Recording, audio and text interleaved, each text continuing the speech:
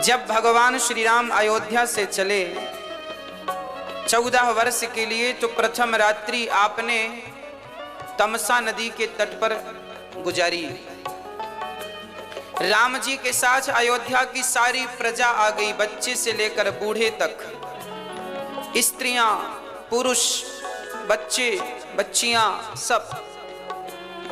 राम जी को लगा कि यदि ये सारे लोग मेरे साथ यूं ही चलेंगे तो मेरे साथ इन्हें भी बहुत सारा कष्ट उठाना पड़ेगा।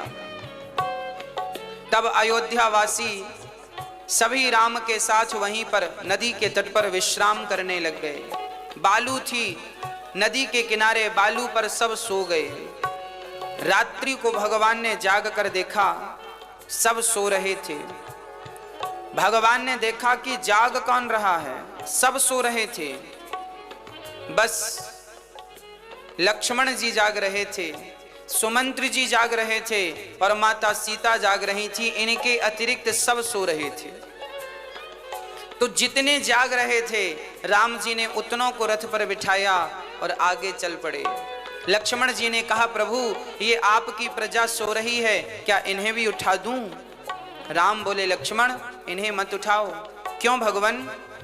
राम ने कहा कि यदि इन्हें उठा दोगे तो जितना कष्ट हमें उठाना है, बेचारे इन निर्दोष भक्तों को भी कष्ट उठाना पड़ेगा। इन्हें मत उठाओ, ये सो रहे हैं, इन्हें सोने दो।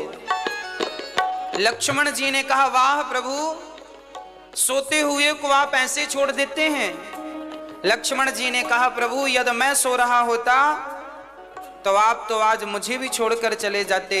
उस दिन लक्ष्मण जी ने संकल्प लिया, प्रतिज्ञा की कि आज से जब तक मैं राम के साथ रहूंगा सेवा करने के लिए, तब तक मैं सोऊंगा ही नहीं।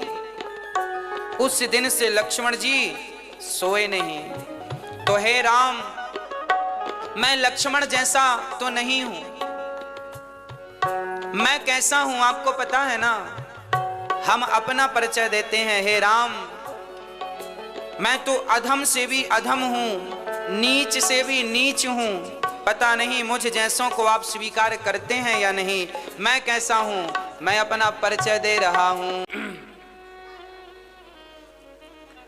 कल हम लोगों ने सुना कि भगवान श्री राम 14 वर्ष के लिए घर से निकल गए। जब राम जी तमसा नदी के तट पर सबको सोता हुआ छोड़कर चले, उसके बाद राम जी दिन भर चले तो सायंकाल भगवान श्रृंगवेरपुर पहुंचे। ये श्रृंगवेरपुर कहां है? जब हम अयोध्या से प्रयाग की तरफ चलते हैं तो ये वही श्रृंगवेरपुर है जहां से अयोध्या की सीमा समाप्त होती है। ये जंगल के राजा उस समय निषाद राज थे। जब निषाद राज को पता चला कि हमारे यहां से भगवान राम गुजर रहे हैं, निषाद राज तो गदगद हो गए, दौड़ पड़े। गांव वालों सुनो, राम लला आए हैं, राम लला आए हैं। अरे हम तो ठहरे पतित, हम तो ठहरे पापी, हमसे तो भजन भक्ति ना होए, पर धन्य है ये निषाद राज जिन्हें चलकर राम के पास नहीं जाना पड़ा। स्वयं राम चलकर दर्शन देने के लिए इस निषाद राज के पास पहुंच गए। जंगल के राजा थे, भीलों के राजा थे, कोल भील थे ये निषाद राज।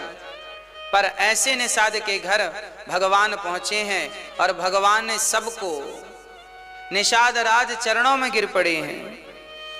चरणों में गिरे निषाद, राम ने उठाकर निषाद को चरणों से उठाकर अपने हृदय से लगा लिया। धन्य हो निषाद, निषाद की आंखों में आंसू हैं। अरे जैसे गरीब व्यक्ति को धन मिल जाए और तड़पती हुई मछली को पानी मिल जाए, तो तड़पती हुई मछली जिसके प्राण निकल रहे थे उसे पानी मिल जाए तो उसकी खुशी का ठिकाना नहीं रहेगा। गरीब व्यक्ति को धन मिल जाए उसकी खुशी का ठिकाना नहीं रहेगा। आज तो सर्वस्व ब्रह्मांड नायक भगवान राम आज निषाद राज को मिल गए। निषाद तो खुशी से उछलने लगे, भगवान मेरा तो जीवन सफल हो गया, आज मेरे घर पधारे हैं। पर निषाद की आंखों में आंसू थे। हे प्रभु, आपके आने का कारण क्या है और आप ये नंगे पांव क्यों हैं? निषाद ने राम के चरणों में देखा तो राम के चरणों से रक्त निकल रहा था, छाले पड़ गए थे। राम के पांव तो ठीक ही थे, पांव रक्त रंजित थे। तो माता जानकी के, माता सीता के चरणों से रक्त गिर रहा था। नंगे पांव, जो कभी गुलाब की पंखुड़ी में पांव रखा करती थी माता सीता, तो गुलाब की पंखुड़ी कई बार गुलाब की एक पूरी की पूरी कली यदि पांव के नीचे आ जाती थी तो सीता माँ के मुंह से आवाज निकल जाती थी। एक बार कौशल्या माँ ने सीता माँ के लिए गुलाब की पंखुड़ियां बिछाई तो बीच में एक कली आ गई पूरी की पूरी। माता सीता के चरण जब उस कली पर पड़े तो जोर से आवाज निकली। कौशल्या ने कहा, बेटी क्या हुआ? बोले, माँ मुझे ये कमल की कली चुभ गई। इतने कोमल चरण जिन माँ के थे, आज उन्हें नंगे पांव जंगल में चलना पड़ा। देख करके निषाद राज की आंखों में आंसू आ गए।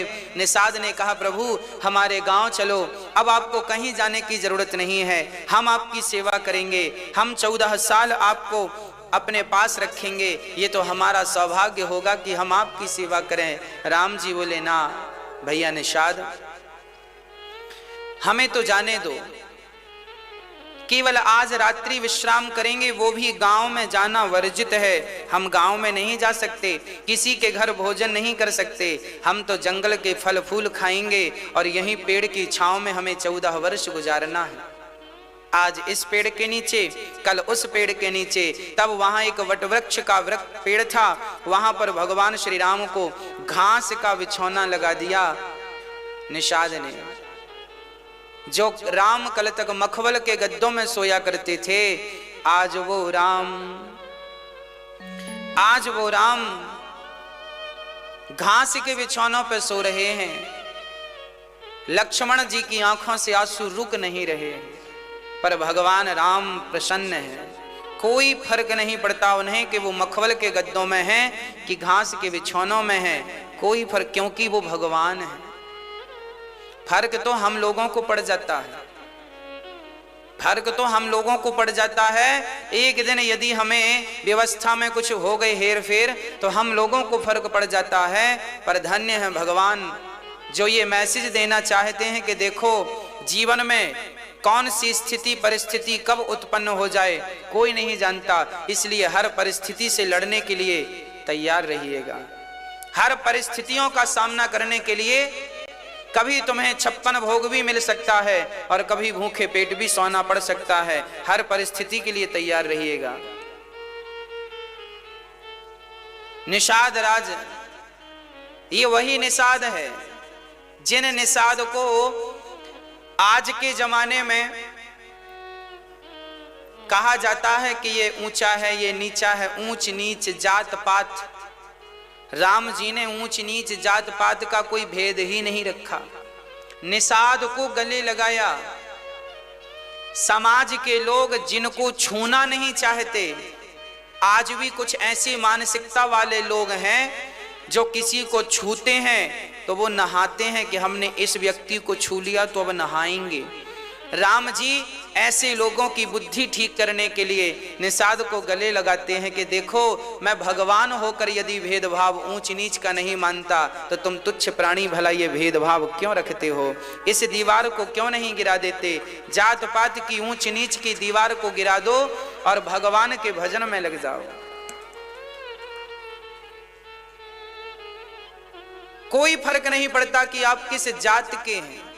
अभी आगे रामचरितमानस में आएगा यह प्रसंग। हमारे ग्रंथ भाईचारा सिखाते हैं, हमारे भगवान मिलजुल के रहना सिखाते हैं। ऊंच नीच की कोई दीवार कहीं खड़ी ही नहीं की, ये तो कुछ लोगों ने खड़ी कर दी, जिसके कारण आज भयानक परिणाम देखने को मिलते हैं।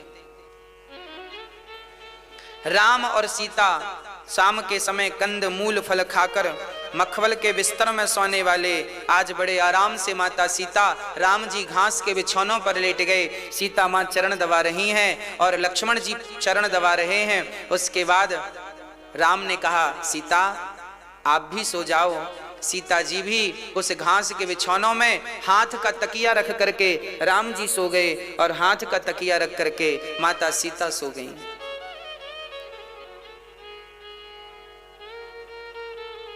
लक्ष्मण जी धनुष बाण लेकर पहरा देने लगे। मेरे भैया राम को, मेरी मां को कोई कष्ट ना हो, कोई परेशानी ना हो, धनुष बाण लेकर खड़े हैं। तब निषाद राज जी आए और निषाद राज ने लक्ष्मण से कहा कि भैया लक्ष्मण देखो तो भैया राम बिस्तर पर सो रहे हैं, जमीन पर माता सीता सो रही हैं। रोने लगे निषाद राज और रोते हुए कहने लगे कैकेयी मां तुमने क्या अनर्थ कर डाला, आज तुम्हारे कारण देखो ये भगवान आज यहां जमीन पर सो रहे हैं। तब लक्ष्मण जी ने कहा बोले लखन मधुर मृदुवानी ज्ञान विराग भगति रस सानी काहो न को सुख दुख कर दाता निज कृत कर्म भोग सब भ्राता जोग वियोग भोग फल मंदा हित अनहित माध्यम भ्रम फंदा जन्म मरणो जहाँ लगी जग जालो संपत्ति विपत्ति करम आरु कालो। लक्ष्मण जी कहते हैं भैया निषाद जी शोक ना करो, इस संसार में जो व्यक्ति सुख पाता है वो अपने ही कर्मों के कारण पाता है और जो व्यक्ति दुख पाता है वो भी अपने कर्मों के ही कारण पाता है। आज देखो लक्ष्मण जी सब जानते हैं, शेषावतार हैं।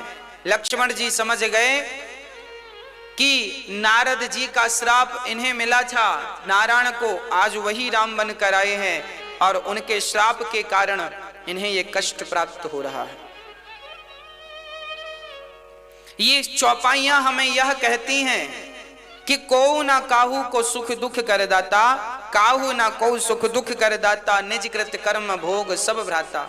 कोई किसी को सुख नहीं देता, कोई किसी को दुख नहीं देता, हर व्यक्ति अपने ही कर्मों से सुख पाता है, हर व्यक्ति अपने ही कर्मों से दुख पाता है। हम अपने सुख के जिम्मेदार हम स्वयं ही हैं और हम अपने दुखों की जिम्मेदार हम स्वयं ही हैं। हम किसे दोषी ठहराएं कि आपके कारण हमें दुख मिला, आपके कारण हमें दुख मिला। हमारी नासमझी, हमारी लापरवाही हमें दुखी करती है और हमारी समझदारी, हमारा विवेक हमें सुखी करता है। इसलिए आपके जीवन में जब कोई कष्ट आवे तो आप किसी को कसूरवार मत ठहराइएगा, आपके कारण हुआ ना, मैं ही गुनहगार हूं, हम ही इसके गुनहगार हैं, कोई गुनहगार नहीं है। कोई फायदा नहीं ये कहने से कि तेरे कारण ऐसा हो गया, तेरे कारण। बस आप सावधान रहो, बस अच्छे कर्म करते रहो, बस सब अच्छा होगा। अच्छी सोच के साथ, अच्छे निर्णयों के साथ, अच्छे निर्णय लेते हुए जीवन में आगे चलो, जो होगा सब ठीक ही होगा। लक्ष्मण जी कह रहे हैं जोग वियोग, संयोग और वियोग ये भी परमात्मा के अधीन है, हमारे अधीन कुछ भी नहीं है। परिवार एक फंदा है, परिवार के फंदे में, परिवार में रहना बुरा नहीं है, पर परिवार के फंदे में उलझ जाना बुरा है ना। जाल बनाने वाला जाल बनाए ठीक है, पर अपने ही बनाए जाल में खुद फंस जाए ये तो ठीक नहीं है। परिवार हमारा बनाया जाल ही तो है। परिवार क्या है? जाल। अच्छा, मछुआरा भी जाल बनाता है, पर मछुआरा जाल बना के किसे पकड़ता है? मछली को। हमारा परिवार भी जाल है, इस जाल से किसे पकड़ना है? भगवान को। हमारा परिवार गृहस्थी एक जाल है। लोग कहते हैं ना जंजाल, लोग कहते हैं ये सब जंजाल है। हाँ साहब, आपकी गृहस्थी भी जंजाल है, हमारी गृहस्थी भी जंजाल है, अर्थात हम सबकी गृहस्थियां जाल हैं। इस जाल से भगवान को पकड़ लोगे तो इस जाल का होना भी सार्थक हो जाएगा।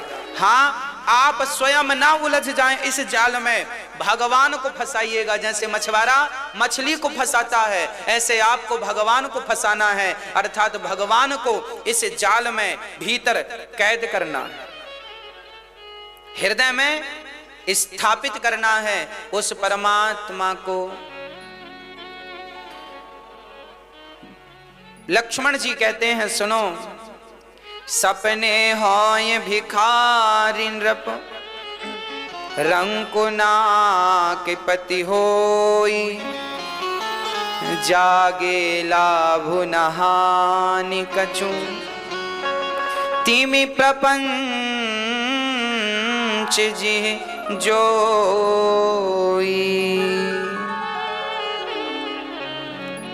सपने में हम देखते हैं कि हम राजा हो गए, आंख खुलती है तो अपने ही बिस्तर पर।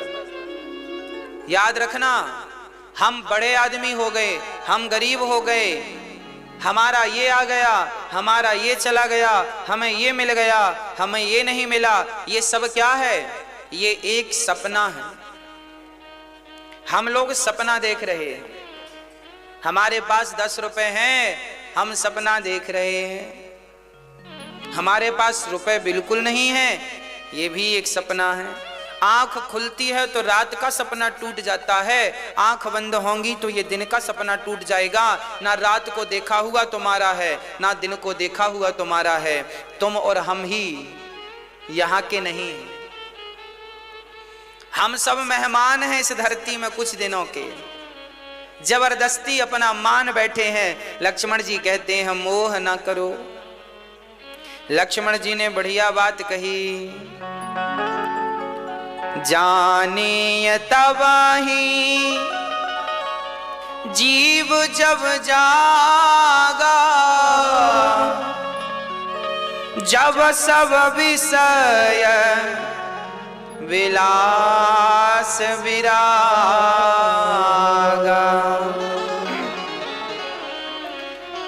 अभी हम लोग सो रहे हैं, जागेंगे कब? जब हमारा मन संसार से हटकर, विषयों से हटकर पूर्ण रूप से भगवान के चिंतन में लग जाए, तब हमें अपने आप को जागा हुआ समझना। अभी हम सो रहे हैं, जागे नहीं। अभी हम क्या कर रहे हैं? सो रहे हैं। और सुनो निषाद राज जी, हमारे पिता ने गलत नहीं किया। हमारे पिता की जगह कोई भी होता धर्म का पालन करने वाला, तो दिया हुआ वचन भला मुकर कैसे जाता। हमारे यहाँ तो हम लोगों को पढ़ाया गया है। लक्ष्मण जी कह रहे हैं, पहले की पढ़ाइयाँ कैसी होती थी, सुनो।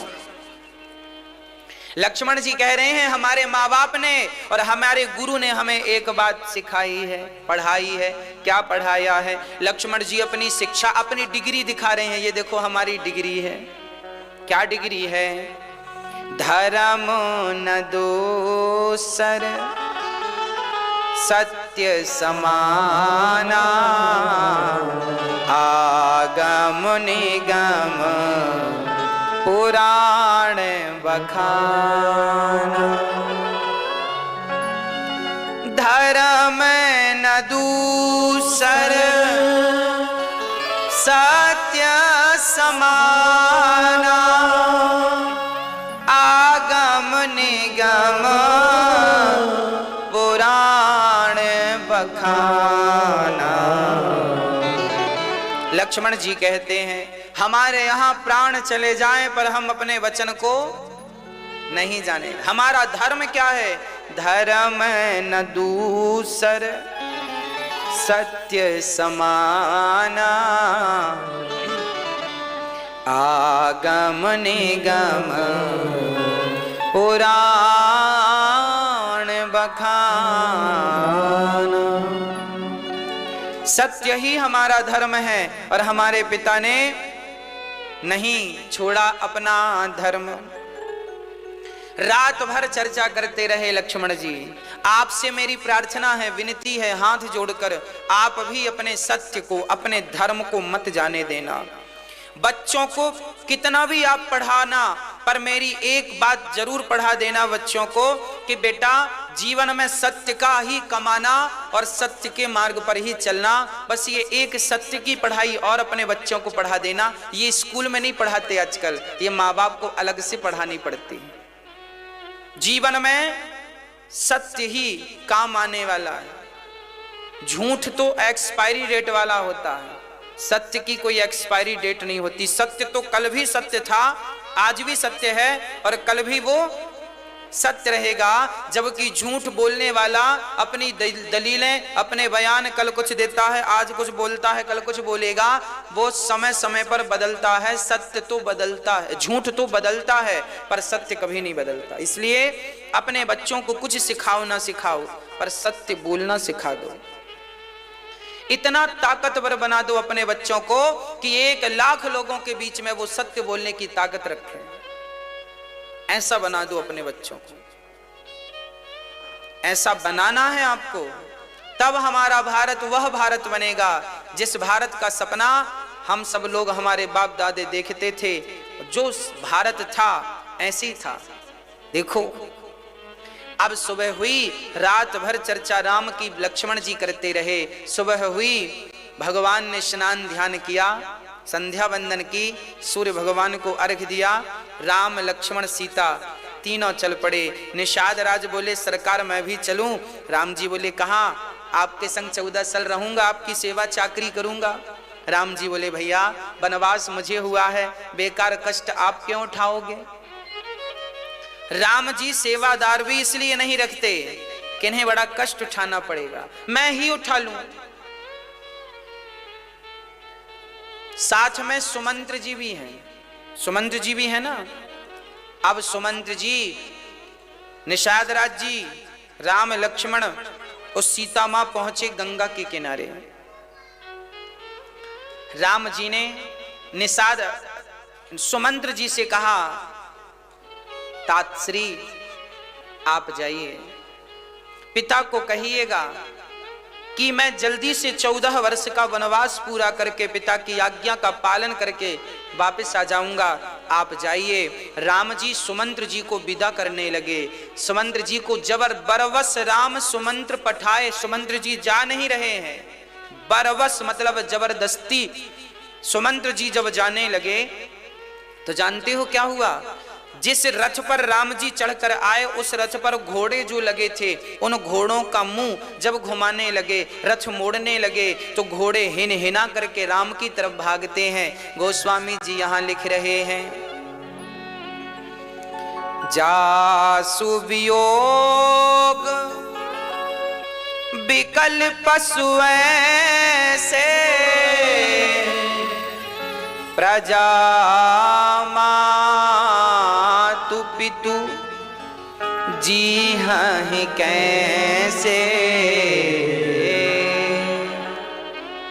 जिनके वियोग में घोड़े हिनहिना कर राम की तरफ बढ़ते हैं और राम के पांव को जाकर घोड़े चाटने लगते हैं। आज उन घोड़ों को मोड़ना बड़ा कठिन है, पर राम ने जबरदस्ती कहा सुमंत्र जी से जाओ। आगे राम जी गंगा के तट पर आए तो वहां गंगा के उस पार जाना था, तो वही पार जाने के लिए नाव चाहिए। तो राम जी ने नाव मांगी, राम जी ने नाव मांगी, मांगी नाव ना केवट आना, कहाँ है तुम्हार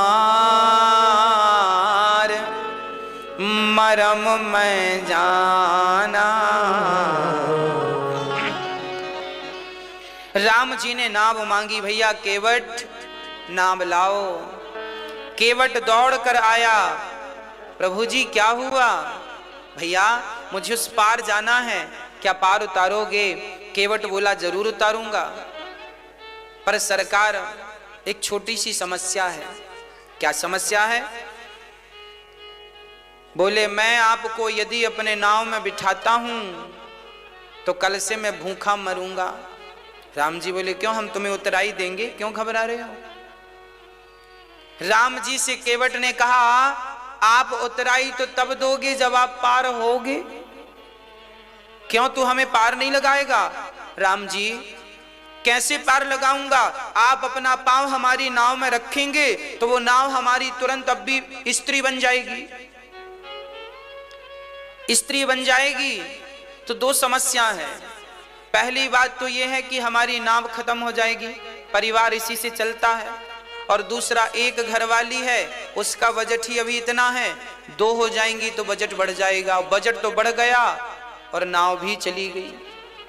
खर्चे, हाँ आमदनी अठन्नी, खर्चा रुपया। राम जी बोले क्या कह रहे हो, हमें कुछ समझ में नहीं आता। केवट ने कहा कहाँ ही तुम्हार मरम मैं जाना।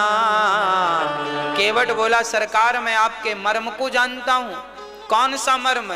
छुअत सिला भई नारी सुहाई, पाहन तेना काठ कठिनाई।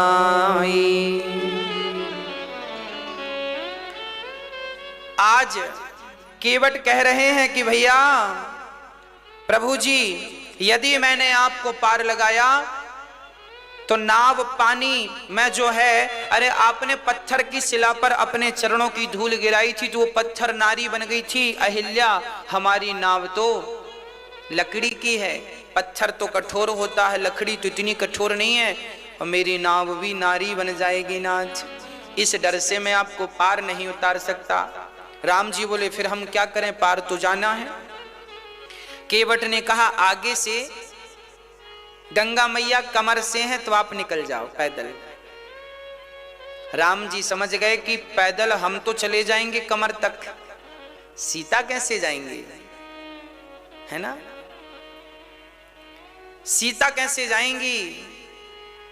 और अभी अभी स्नान किया था, कपड़े दो ही जोड़ी थे, एक जोड़ी पहन रखा था, एक जोड़ी बगल में दबे थे। तो जो दबे थे वो तो गीले थे, और जो पहन रखे हैं ये भी यदि हम वहां से गए तो ये भी गीले हो जाएंगे, तो गीले पहन के जाएंगे तो ठीक नहीं। सीता है, बीमार ना पड़ जाए गीले कपड़ों से, सर्दी ना बैठ जाए, गंगा का जल ठंडा है। केवट आप हमें अपनी नाव से पार कर दो। केवट बोला सरकार अब सुनो, जिस नाम को लेने से, जिस राम के नाम को लेने से लोग भव सागर पार हो जाते हो, आज वो राम पार होने के लिए नाम मांग रहे हैं।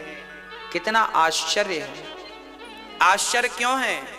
आश्चर्य इसलिए कि नाम लेत भव सिंधु सुखाही, जिनका नाम लेते ही भव सागर सूख जाए, और भव सागर गाय के खुर के समान होकर लोग आसानी से पार कर लें। जिस नाम के पत्थर पानी में तर गए, जिसके नाम पर करोड़ों लोग भव सागर तर गए, आज वो राम कह रहे हैं कि हमें पार लगा दो, वो भी गंगा से। ये क्यों कर रहे हैं भगवान? ये हमें और आपको सुख देने के लिए। यदि राम यूं ही पार कर जाते गंगा को एक पांव में, तो फिर केवट जैसा प्रेमी हमें कहां से मिलता। आज राम जी कह रहे हैं हमें पार लगा दो। केवट ने कहा सरकार एक शर्त पे पार लगाऊंगा, एक उपाय है। क्या? बोले आप अपने चरणों को धुला लीजिए। केवट कहता है भगवान राम बोले भैया बिना पांव धोए पार जल्दी उतार दो, हमें फुर्सत नहीं है, समय नहीं है। केवट बोले सरकार मैं आपके पिता की सौगंध खाकर कहता हूं, जब तक मैं आपके चरण नहीं पखार लूंगा तब तक मैं आपको पार। लक्ष्मण जी को बड़ा गुस्सा आया, कसम भी खाई तो मेरे पिता की खाई, अपने बाप की क्यों नहीं खाता। लक्ष्मण जी बोले कसम मेरे पिता की क्यों खाई, अभी तुझे मैं मार डालूंगा। ज्यादा राम जी की आज्ञा एक बार में पालन करते हैं सब लोग और तुम आज्ञा का पालन ही नहीं कर रहे हो। हां आज्ञा का पालन करो, नहीं तो आज्ञा का पालन करो। प्रिय भक्तों, अब भगवान श्री राम खड़े मुस्कुरा रहे हैं और लक्ष्मण जी देख रहे हैं। केवट बोला सुनो लक्ष्मण जी, यदि आप हमें मार भी देंगे तो हमें फर्क नहीं पड़ता, हमें मारना चाहते हो तो मार डालो, जब मरूंगा तो मैं जाकर के कहूंगा, मुझसे पूछा जाएगा तुम्हें किसने मारा तो मैं क्या कहूंगा, सुनो। रघुनाथ सुप्राणन सो प्रिय बंधु, वही मुझे बाण से मारत है। मुझे कौन मार रहा है, वो लक्ष्मण जो रघुनाथ जी को प्राणों से प्रिय है। यमराज बोलेंगे क्यों मारा, गवाह कौन है, तो मैं कहूंगा रघुनाथ सुप्राणन सो प्रिय बंधु, वही मुझे बाण से मारत है। अपराध क्या है, अपराध यही इस दास का है, रघुनाथ के पांव पखारत है।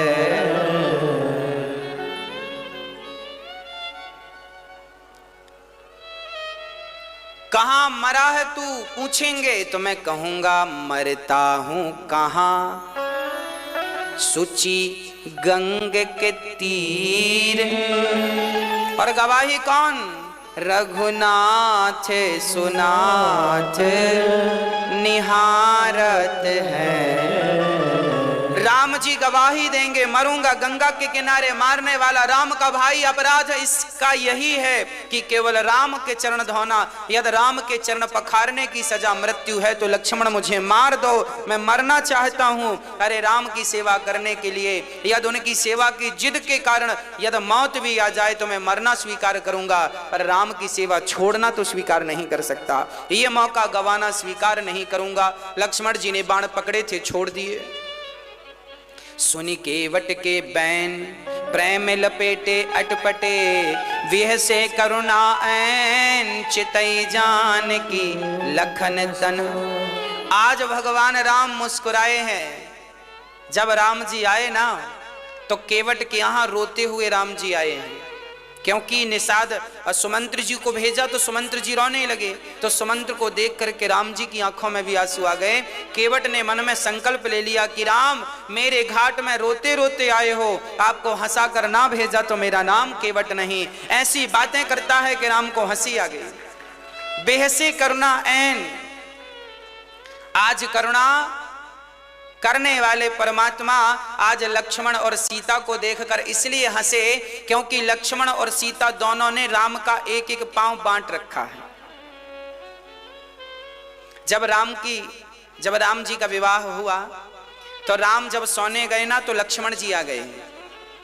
सीता जी लंबा घूंघट डाले बैठी ही थी, लक्ष्मण जी आ गए। सीता ने राम से कहा ये देवर जी यहां इस समय क्या कर रहे हैं। राम जी बोले ये रोज आता है, लक्ष्मण है, हमारे पांव दबाता है, जब तक पांव नहीं दबा लेता तब तक ये सोता नहीं है। सीता जी बोली दोनों पांव दबाते हैं? हाँ हाँ दोनों पांव दबाते हैं। लक्ष्मण जी पांव दबाने लगे। एक दिन तो ठीक सीता माँ ने देख लिया, कोई बात, दूसरे दिन फिर आ गए। 2 घंटे पांव दबा रहे हैं, एक घंटा एक पांव। अब सीता जी 2 घंटे क्या करें, बैठी। तो सीता जी ने लक्ष्मण जी से कहा, सुनो भैया लक्ष्मण, आज आपकी भाभी आपसे कुछ मांगना चाहती है, क्या दोगे? हाँ हाँ भाभी जी, आप तो माँ हैं, आज्ञा करो, क्या चाहती हो? तब लक्ष्मण जी से माता सीता ने कहा, हे लक्ष्मण, हे भैया, आप यदि अपनी माँ को कुछ देना चाहते हो तो आप एक चरण की सेवा मुझे सौंप दो, दोनों चरणों की आप ही कर लेते हैं। मैं अभागिन हूं, मुझे तो कुछ मिलता ही नहीं, कम से कम एक चरण तो दो। लक्ष्मण जी बोले, ठीक है, फिर दाहिना पांव आपका, बायां पांव मेरा, ठीक है। आज राम जी सीता और लक्ष्मण की तरफ इसलिए देखे कि सुनो, आप दोनों का कब्जा एक एक पांव पर है, पर आज ये केवट तुम दोनों से भाग्यशाली है, मेरे दोनों चरणों पर कब्जा करके बैठा है। क्या कहता है? कहता क्या है केवट कि प्रभु आज मैं आपके चरण धोऊंगा। राम जी बोले, चल भैया धो ले। केवट राम रजाय सुपावा, पानी कठवता भरी ले आवा। आज कठौता में पानी लाया। केवट बड़ा चतुर है, कठौती में पानी नहीं लाया। कठौती स्त्रीलिंग है, कठौता पुल्लिंग है। उसको पता था बनेगी कठौती से तो लड़की बन जाएगी, और लड़की बनेगी तो खर्चे का घर, इसलिए कठौता लाया। बने तो लड़का ही बने, नाव चलाने के काम आएगा। तो कठौता में पानी भर के लाया और राम जी से कहता है, प्रभु इस पे पांव रख लो। अच्छा, कठौता क्यों लाया? ये कठौता क्या होता है जानते हैं? ये वही कठौता है केवट लोग रखा करते हैं, जब नाव में पानी भर जाता है ना तो इसी कठौते से उलीचते हैं।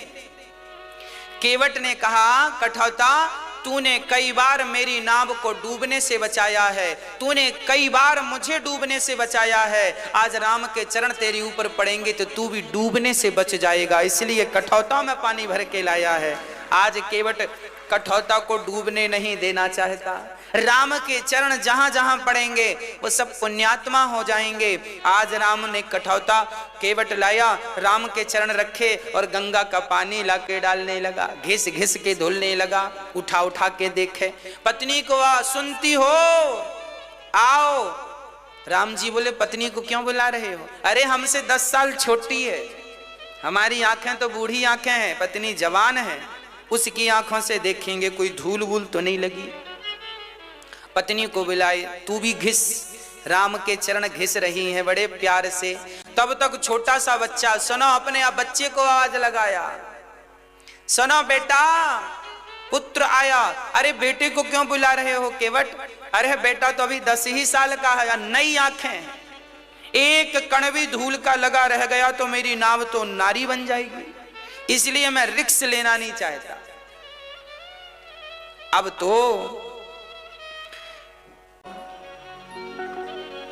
आज मेरे सिर पे अपने हाथ रख लो, ऐसे देखो, जबरदस्ती हाथ रखवा रहा। चतुर सुजान है, जबरदस्ती हाथ रखवा रहा है। जब राम ने केवट के मस्तक पर हाथ रखे तो राम की आंखों से टप टप आंसू गिरने लगे। केवट बोले, सरकार आप रोए क्यों? तब राम ने कहा कि मुझे अहंकार आ गया था, मुझे लगा कि मैं ही सब भक्तों को थामता हूं, पर आज पता चल गया कि जब राम कभी डगमगाते हैं तो भक्त ही उन्हें थामते हैं। जब राम डगमग डोले तो केवट के मस्तक पर हाथ रखे तो राम की डगमगाहट मिट गई, अर्थात बल मिल गया। जब आप किसी का सिर या कंधा पकड़ेंगे तो आपको सहारा तो मिलता ही है। आज राम को, आज भगवान को भक्त का सहारा मिल गया। आपको क्या लगता है केवल भक्तों को ही भगवान का सहारा है? हाँ, हमें तो उनका सहारा है, पर यह भी याद रखना कि उन्हें भक्तों का सहारा है। हाँ, केवट ने चरण धोए और चरण धोकर के केवट बोला, सरकार अब चरण धुल गए हैं, आप यहां बैठो, जो बेटिंग में खड़े थे पहले हम उनको पार लगा दे। राम जी बोले कौन खड़ा है यहां मेरे सिवा? कोई नहीं है। केवट बोले सरकार आपको दिखाई नहीं पड़ रहे हैं? जो मेरे पिता के पिता के पिता के पिता के पिता के पिता के पिता के पिता के पिता के पिता के पिता के पिता के पिता के सब जो इतने दादा के परदादा के सब जो मर गए हैं, ये सब अभी तक पार नहीं भये, ये अभी घूम रहे हैं आकाश में। अब जब आपके चरण धोए हमने और आपका चरण पद पखारे जलुपानी कर, चरण धोए राम जी की और चरणामृत ले लिया केवट ने। आकाल मृत्यु हरणम सर्वव्याधि विनाशनम विष्णुं पादोदगम पीत्वा पुनर्जन्म न वेद्यते। जो भगवान का चरणोदक लेता है, जिसे हम चरणामृत कहते हैं, जो चरणामृत लेकर पान कर ले, पी ले और अपने पितरों के नाम से छोड़ दे, तो चरणामृत की उन 4 बूंदों से ही पितरों का कल्याण हो जाता है। ये रामचरितमानस में स्पष्ट रूप से लिखा है। पद पखारे जलपान कर आप सहित परिवार, पितर पारो कर प्रभु पुनि मुदित गयऊं ले पार। अपने को जल अपना खुद पिया, पत्नी को, पुत्र को, परिवार को पिलाया, समस्त गांव वालों को पिलाया। केवट को पता था ये राम के चरणों का धौमन है, जिन जिन के मस्तक पर लगेगा, जिन जिन के हृदय तक पहुंचेगा, उनकी हजारों पीढ़ियां तार देगा, उनकी लाखों पीढ़ियां तार देगा। अपने पितरों का उद्धार करा के अब केवट ने अब राम जी को केवट ने नाव पर बिठाई, और जब नाव में बिठाया केवट ने तो नाव चली। अब केवट नाव चला रहा है और नाव चलाते चलाते कह रहा है केवट नाव जब चलाने लगे तो केवट की नाव नदी में डगमग डगमग ऐसे ऐसे डोलने लग गई। राम जी बोले भैया केवट नाव क्यों डुला रहे हो? हमसे तैरना नहीं आता, क्या डुबाने का विचार है? केवट बोला सरकार आपको तैरना नहीं आता तो क्या हुआ, हमको तो आता है। आप एक काम करो, मेरा हाथ पकड़ लो। केवट ने राम का हाथ नहीं पकड़ा। केवट को पता था कि यदि मैंने राम का हाथ पकड़ लिया तो मैं अहंकारवश कभी भी राम को छोड़ सकता हूं, पर जिसे भगवान ने एक बार पकड़ लिया तो भगवान कभी नहीं छोड़ेंगे, इसलिए मैं राम को नहीं पकड़ूंगा। राम आप मुझे पकड़ लीजिए। अच्छा, आप लोगों ने भगवान को पकड़ तो नहीं रखा? हाँ, आप लोग भगवान को ना पकड़ा करो, क्योंकि हमने यदि भगवान को पकड़ लिया तो हम तो तुच्छ प्राणी हैं, छोड़ भी देते हैं। पर भगवान ने यदि हमें पकड़ लिया तो फिर वो हमें, इसलिए हम उन्हें ना पकड़ें, वो हमें पकड़ें। और हम अधिकांश दुनिया वालों को देखते हैं कि ये दुनिया वाले भगवान को पकड़ने ज्यादा भागते हैं, खासकर हमारी माताएं। हमारी माताएं तो बिल्कुल भगवान को पकड़ने दौड़ती हैं, पकड़ में आ जाए भगवान का तो पांव हाथ में लेके आ जाती हैं।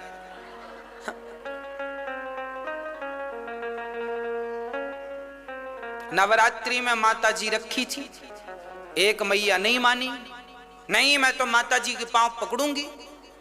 इतना जोर की पकड़ा, माता जी का पांव हाथ में ही आ गया। तो ऐसा पकड़ना भी कोई पकड़ना है? अरे भगवान दर्शन के लिए होते हैं, भगवान को इन आंखों से देखो। और सच कहूं, भगवान को देखने के लिए आंखें किसकी चाहिए आप बताओ?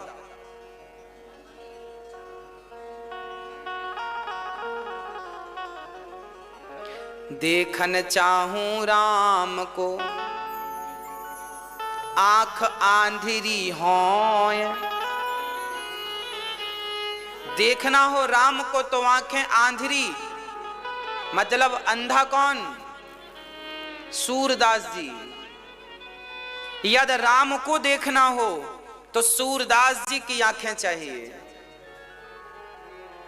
किनकी आंखें चाहिए? सूरदास जी की। देखन चाहो राम को तो आंख आंधरी होए। राम को देखना है, परमात्मा को देखना है तो आंखें सूरदास की तरह हो।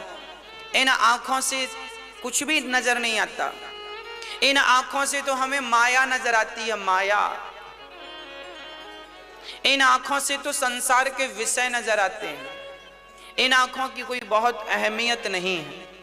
भगवान को देखना हो तो अपने भीतर के दिव्य नेत्र खोलिए, प्रेम के, भक्ति के नेत्र, ज्ञान और वैराग्य के नेत्र खोल करके उस परमात्मा का आलिंगन कीजिए, दरस परस कीजिए। बिहारी जी को इन आंखों से अपने मन की आसन सिंहासन पर बिठा लीजिए, फिर भीतर की आंखों से उनका श्रृंगार किया करो। इन आंखों से बिठा लो, फिर भीतर की आंखों से आंखें बंद कर लो। इन आंखों का कोई काम नहीं, आंखें मूंद लो। अब अंदर की आंखों को जगाओ, उनको खोलो और फिर परमात्मा का दर्शन करो। ये ठाकुर जी भोग लगा रहे हैं, हम खिला रहे हैं।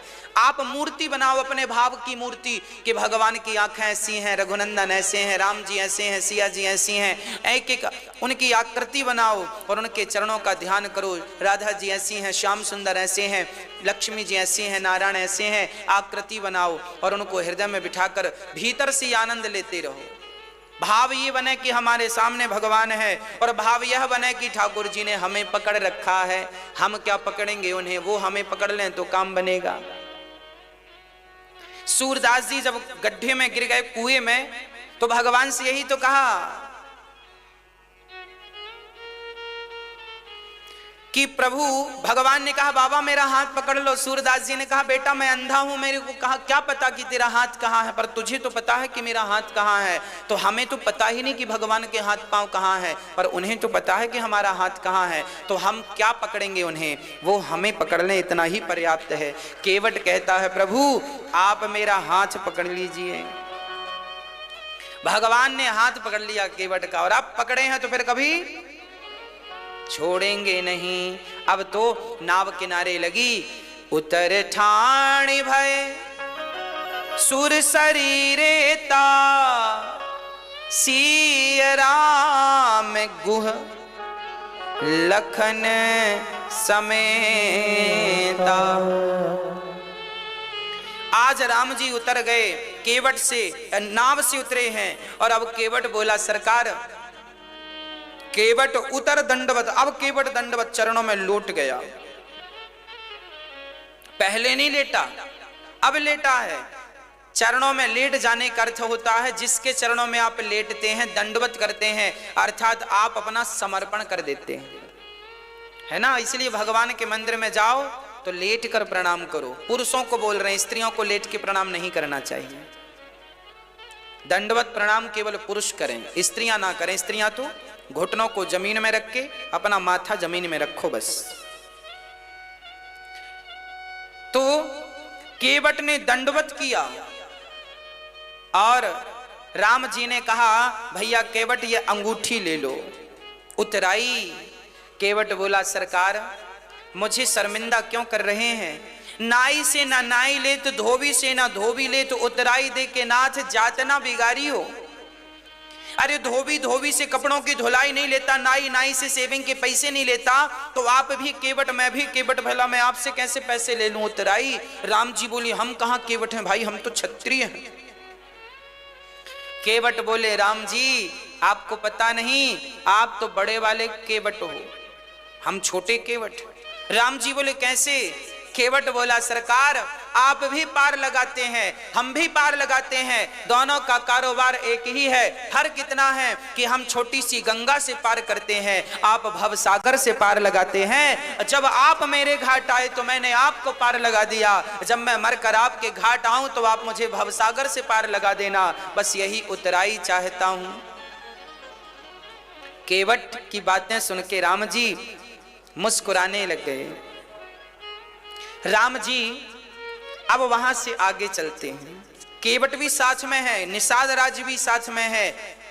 अब चले, चलते चलते भगवान प्रयागराज पहुंचे। प्रयागराज में श्री भरद्वाज जी से भगवान प्रयाग स्नान किए हैं, और प्रयाग के बाद तब प्रभु भरद्वाज पहीं आए, करत दंडवत मुनि और लाए। राम जी ने जैसी भरद्वाज जी को प्रणाम किया, भरद्वाज जी ने उठाकर रघुनंदन को अपने हृदय से लगा लिया, आगे चले हैं। राम जी, भारद्वाज जी बहुत प्रेम से राम को बिठाते हैं, राम जी का स्वागत करते हैं।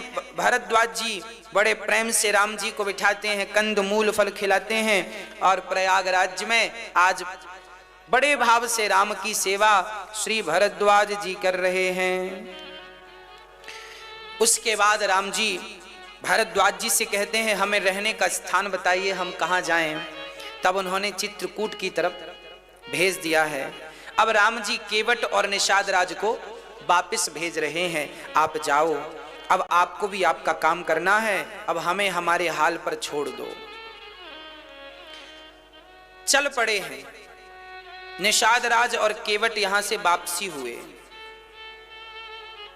जब वापिस चले और राम लक्ष्मण सीता जब आगे चली चित्रकूट की तरफ, तो वहां चलते चलते के गांव से पगडंडी गुजर रही थी, रास्ता छोटा सा। तो राम जी छोटे छोटे गांव से होते हुए निकले। जंगलों में जो गांव हैं, गांव से निकले तो गांव की महिलाएं पानी भर रही थी कुएं से। जब उन्होंने देखा राम को, आहा हा, देखो तो ये सखी देख कितने सुंदर हैं ये। एक सखी ने कहा, राम राम, क्या हो गया इन्हें, कितनी सुंदर सुकुमारी स्त्री है, कितने सुंदर ये राजकुमार हैं, ऐसा लगता है कि ये कोई राजा के बच्चे हैं, पर ये तो जंगल से गुजर रहे हैं, हमें तो लग रहा है कोई जंगली है। तब सीता माता को प्यास लगी। सीता जी पानी पीने के लिए बोली, भैया लक्ष्मण हमें प्यास लगी है। राम जी बोले, अच्छा ठीक है, ये गांव है, यहां पर बहुत सारी स्त्रियां पानी भर रही हैं, चलो यहीं चलते हैं। तो राम जी कुएं के पास गए तो वहां सारी सखियां देखकर गदगद हो गई, चलो हमारे पास आए। तो सखियों ने क्या किया, सीता को अपने पास बिठा लिया। औरत स्त्रियों में बैठ गई, राम लक्ष्मण वहां बैठे थे। उन सखियों ने राम को पानी पिलाया। राम जी ऐसे हाथ धुल करके फिर पानी पीते हैं, वो बाल्टी से ऐसे डाल रही हैं। फिर लक्ष्मण जी पानी जब लक्ष्मण को मिला तो लक्ष्मण जी ने पहले पानी पिया नहीं, चुल्लू में हाथ में लेकर के राम के चरणों में डाल करके राम के चरणों को अपने पल्लू से पीतांबर से पहुंचे हैं, रक्त इत्यादि छाले पड़ गए थे, थोड़ी सी ठंडक मिली, गर्मी का मौसम था, राम के चरणों को बड़े प्रेम से धो रहे हैं। लखनलाल जी, प्यास बहुत लगी है लक्ष्मण को, पर अपनी प्यास भूल गए इन छालों के सामने। यह प्रेम है, यह भक्ति है। लक्ष्मण जी ने चरण धोए और सिया जी अब बैठी हैं वहां, तो वो सखियां पूछ रही हैं, देवी तुम कौन हो। सिया जी कहती हैं, हम जनक की पुत्री सीता हैं। अच्छा, तो ये दो पुरुष कौन हैं तुम्हारे साथ।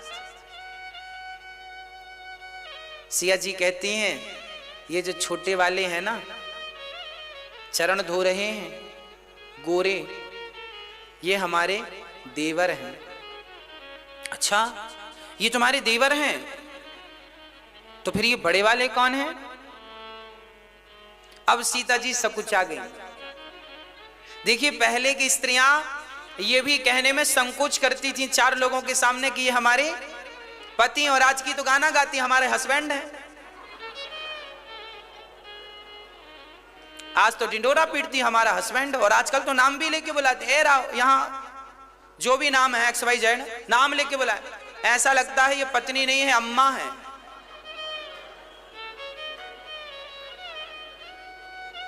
नाम लेकर बुलाती हैं। और यहां सखियां पूछ रही हैं ये कौन है, तो सिया जी ये कहने में सकुचा रही हैं कि ये हमारे पति। क्या मर्यादा थी। देखो, जीवन मर्यादित हो तो ठीक है, सबकी अपनी अपनी मर्यादाएं हैं। क्या बोलें क्या ना बोलें, बोलने की भी अपनी मर्यादाएं हैं।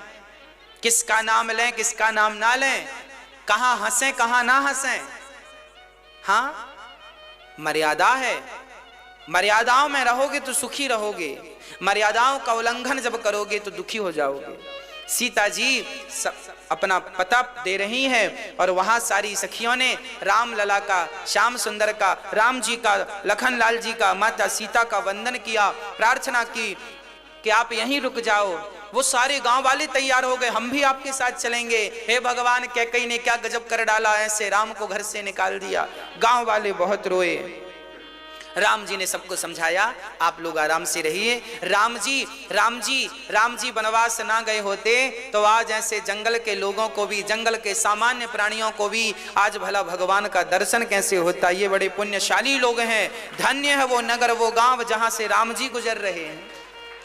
अब राम जी आगे चले तो राम जी वाल्मीकि जी के आश्रम में आए। ये वही वाल्मीकि जी का आश्रम है जहां बाद में फिर सीता जी आएंगी, इनके यहाँ लवकुश का जन्म होगा। ये वही वाल्मीकि जी, ये वाल्मीकि जी वही हैं जिन्होंने रामायण जैसे महाग्रंथ को तैयार किया। ये वाल्मीकि जी उच्च कोटि के ज्ञानी हैं। इनके चरणों में भगवान राम ने प्रणाम किया है, चरणों में प्रणाम किया, राम जी ने प्रणाम किया। राम जी बैठे हैं, वाल्मीकि जी भोजन प्रसादी करा रहे हैं। अब राम जी ने वाल्मीकि जी से कहा, गुरुदेव बताओ हम रहें कहां, रहने का स्थान बताओ। तो वाल्मीकि जी बड़े हंसे। वाल्मीकि जी बोले, प्रभु ये बताओ, आप कहते हैं हम रहें कहां, ये बताओ आप कहां नहीं हो, आप कहां नहीं हो।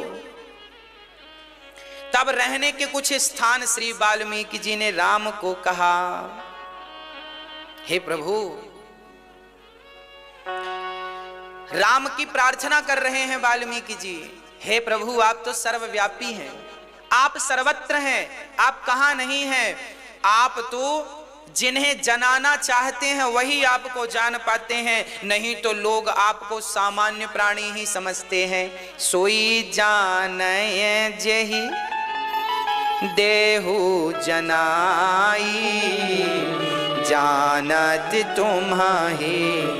तुम्हाही होई जाई। भगवान जिसे जनाना चाहे वह भगवान को जान लेता है, जिसे भगवान जनाना ना चाहे वो भगवान को कदापि नहीं जान पाता। अरे भगवान मेरे सामने खड़े हैं पर मुझे ज्ञान ही नहीं है कि भगवान है। मुझे तो लगता है ये सामान्य व्यक्ति हैं, तो मैं तो उन्हें सामान्य मानता हूं ना।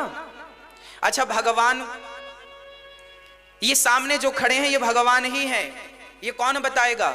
ये भगवान ही कृपा करें तो भगवान को जाना जा सकता है, नहीं तो हमारी इतनी बुद्धि नहीं है, इतनी शिक्षा नहीं है कि हम उस ईश्वर को पहचान सकें। बड़े बड़े संत ना पहचान पाए, हमारी ताकत क्या है? इसलिए सोई जाने जेहि देहु जनाई, जानत तुम्हाही होई जाओ। जो भगवान को जान लेता है ना वो भगवान का हो जाता, भगवान ही हो जाता। कैसे? जैसे नमक के पहाड़ में ऊंट गिर जाए, नमक के पहाड़ में ऊंट गिर जाए तो वो ऊंट भी क्या बन जाता है? हाँ जी, नमक बन जाता है। चंदन के जंगल में अन्य वृक्ष भी धीरे धीरे चंदन बन जाते हैं। उसी प्रकार भगवान का चिंतन करते करते भगवान का भक्त भगवान ही बन जाता है। फिर भगवान में और उसमें कोई फर्क नहीं रह जाता, एक हो जाता है ना। जब मैं था तब हरि नहीं, अब हरि है मैं नाय, और प्रेम गली अति साकरी जामे दोना समाय। अब वाल्मीकि जी बता रहे हैं आप कहां कहां रहो सुनो। आप प्रभु वहां रहो जहां तुम ही निवेदित भोजन करहीं, प्रभु प्रसाद पट भूषण धरहीं।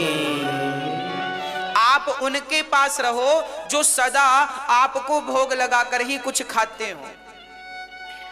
याद रखना, लिखा है रामचरितमानस में, जो भगवान को भोग लगा के खाते हैं, सोना चांदी भी भगवान को समर्पित करके धारण करते हैं, वह भगवान को अपने हृदय में कैद कर लेते हैं। भगवान कहाँ रहते हैं?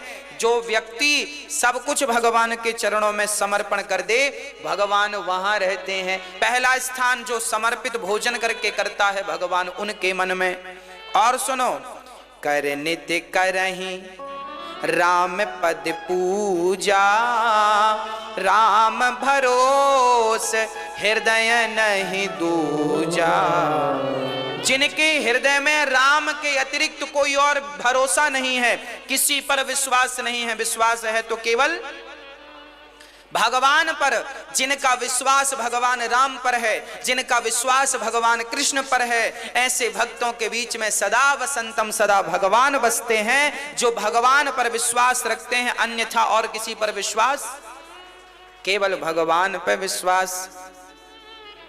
और सुनो, मंत्र राजू नित्य जपहि तुम्हारा, पूजहि तुम्हाही सहित परिवार। भगवान कहाँ कहाँ रहें आप उनके लिए बता रहे हैं, आप यहाँ यहाँ रहो। जो लोग परिवार के सहित आपका मंत्र जाप करते हैं, आप उनके हृदय में जाकर रहने लग जाओ। जिनके हृदय में काम नहीं है, लोभ नहीं है, दंभ नहीं है, जो सदा सत्य का मार्ग अपनाते हैं, ऐसे लोगों के हृदय में जाकर बस जाओ। यहाँ एक चौपाई बड़ी महत्वपूर्ण है, दोहा नंबर है अयोध्या कांड का 130, जिसकी चौपाई नंबर है 5। दोहा नंबर 130, चौपाई नंबर 5, अयोध्या कांड। इस चौपाई को याद करिएगा और सबको पढ़ाइएगा। देखिए क्या लिखा है, जाति पाति धनु धर्म बड़ाई, प्रिय परिवार सदन सुखदाई। सब तजी तुम्हि रहि और लाई, तेहि के हृदय रहूं रघुराई। सुनो, जो जात पात धन धर्म बड़ाई परिवार सबको छोड़कर जो सदा भगवान को भजते हैं, भगवान उनके भीतर रहते हैं। जो व्यक्ति जात पात मानता है, ये ऊंचा है ये नीचा है, भगवान उसके हृदय में नहीं रहते, है ना। जीव मात्र से प्यार करो, जीव मात्र में भगवान का अहम सर्वेषु भूतेषु भूतात्मा वस्थितः सदा। भगवान कहते हैं जो सब में मेरा दर्शन करता हो, जीव मात्र में जात पात ऊंच नीच का जो दीवार तोड़ करके जो एक भाव से सब प्रेम मोहब्बत से रहते हो, जहां मैं उनके भीतर रहा करता हूं, है ना। इसलिए आप किसी से नफरत ना किया करो कि ये ऊंच ये नीच है ये ऊंच है। अरे ऊंच नीच से हमें क्या करना। भगवान ने इस संसार में सबको भेजा है, सबको पानी पीने का अधिकार है, सबको पेट भरने का अधिकार है, सबको सोने का अधिकार है। केवल हमको ही अधिकार है क्या कि हम खाएं और कोई ना खाए, हम सोएं और कोई ना सोए? ये तो गलत है। सब खाओ, सब सो, सब खुश रहो, सबका परिवार हो, सबकी खुशी हो, सबका घर हो, सबकी कमाई हो, सब सुखी रहें, सारा परिवार, सब अमीर गरीब सब सुखी रहें, सब प्रसन्न रहें। यही भगवान की भक्ति है। हम भेदभाव ना रखें, नीच किसी को ना समझें, सब वंदनीय हैं, सब पूजनीय हैं, सबका सम्मान करो। कभी ये ना कहा करो कि तुम ऐसे हो। आज हमारे भारत में बहुत सारे लोग ऐसे हैं जो कहते हैं ये व्यक्ति नीच जात का है। अरे क्या होती है नीच जात? जब भगवान नीच जात नहीं मानते तो तुम क्यों पीछे पड़े हो? जब भगवान ने कोई भेदभाव नहीं रखा, हम और आप कौन होते हैं? हमें उसमें भी भगवान का दर्शन करना है। जिसको लोग नीच कहते हैं उसमें भी हमें भगवान का दर्शन करना है और उसे भी प्रणाम करना है। वो हमसे कुछ मांग तो रहा नहीं है, तो हम दो प्यार के वचन भी नहीं बोल सकते क्या उस व्यक्ति से? क्या अपनी वाणी से उसे खुश भी नहीं कर सकते? अब विचार करो, आप किसी से ये कह दो कि यार तुम बड़े अशुद्ध हो, तुम्हें छू लेने से तो नहाना पड़ता है, ऐसा किसी को कह दोगे तो बेचारे को कितना बुरा लगेगा। अरे वो भी इंसान है, तुमने थोड़ी बनाया है उसे, उसे भी भगवान ने बनाया है। जिस मिट्टी से तुम्हें बनाया उसी मिट्टी से उसे बनाया है। भगवान ने बनाते समय कोई भिन्नता तो नहीं दिखाई, तो हम और आप कौन होते हैं भेदभाव रखने वाले? हम तो सब में भगवान का दर्शन करें, सबको भगवान जानकर प्रणाम करें, हाँ, सबका आदर करें, सबको प्यार करें। अरे हम किसी को गले लगा लेंगे तो क्या हम छोटे हो जाएंगे? हम किसी को सम्मान देंगे तो क्या हम छोटे हो जाएंगे? इसलिए दीजिए सम्मान। भक्तों, राम जी अब चित्रकूट गिरि करहु निवासु, तह तुम्हारे सब भांति सुपासु। राम जी मंदाकिनी के तट पर पहुंचे हैं। चित्रकूट स्नान, चित्रकूट में ठाकुर जी कुटिया देवता बनाने आए और घास की बढ़िया सी कुटिया बनाने आए और वहां से राम जी बड़े प्रेम से रहने लग गए। अब राम जी को देखने के लिए जंगल के भील लोग आ रहे हैं, कोल भील। देखिए लिखा है रामचरितमानस के अयोध्या कांड का दोहा नंबर 135 और 136, 136 की पहली चौपाई कोल भील कह रहे हैं। कोल भील जंगल के लोग, जंगली लोग, जिसे आज हम आदिवासी कहते हैं, आज की भाषा में जिन्हें लोग दलित कहते हैं, है ना। आज राम जी उनके बीच में बैठे हैं और वो अपने हाथ से राम जी को खिला रहे हैं। राम जी खा रहे हैं। राम जी ने केवल शबरी के बेर खाए हैं ऐसा नहीं है। कोल भील जंगल के लोग राम का दर्शन करने आए और टुकुर टुकुर जंगल के लोग राम जी को दूर से छिप छिप के देख रहे हैं। तो राम जी बोले आओ। राम जी ने पास में बिठाया, सबसे कहा कैसे हो? सब बोले ठीक हैं। तो एक ने कहा, एक कोल भील ने कहा सुनो ये भगवान हैं। हाँ हाँ भगवान है, देख लो। एक ने कहा सुनो हम अपने हाथ से कुछ खवाएंगे, खाएंगे। हाँ हाँ। तो राम जी को फल लेके गए, दोना लिखा है ना। भगवान श्री राम को उन लोगों ने दोने में फल दिया। राम जी ने वो फल ग्रहण कर लिए, फल खाए। कंद मूल फल भरी भरी दो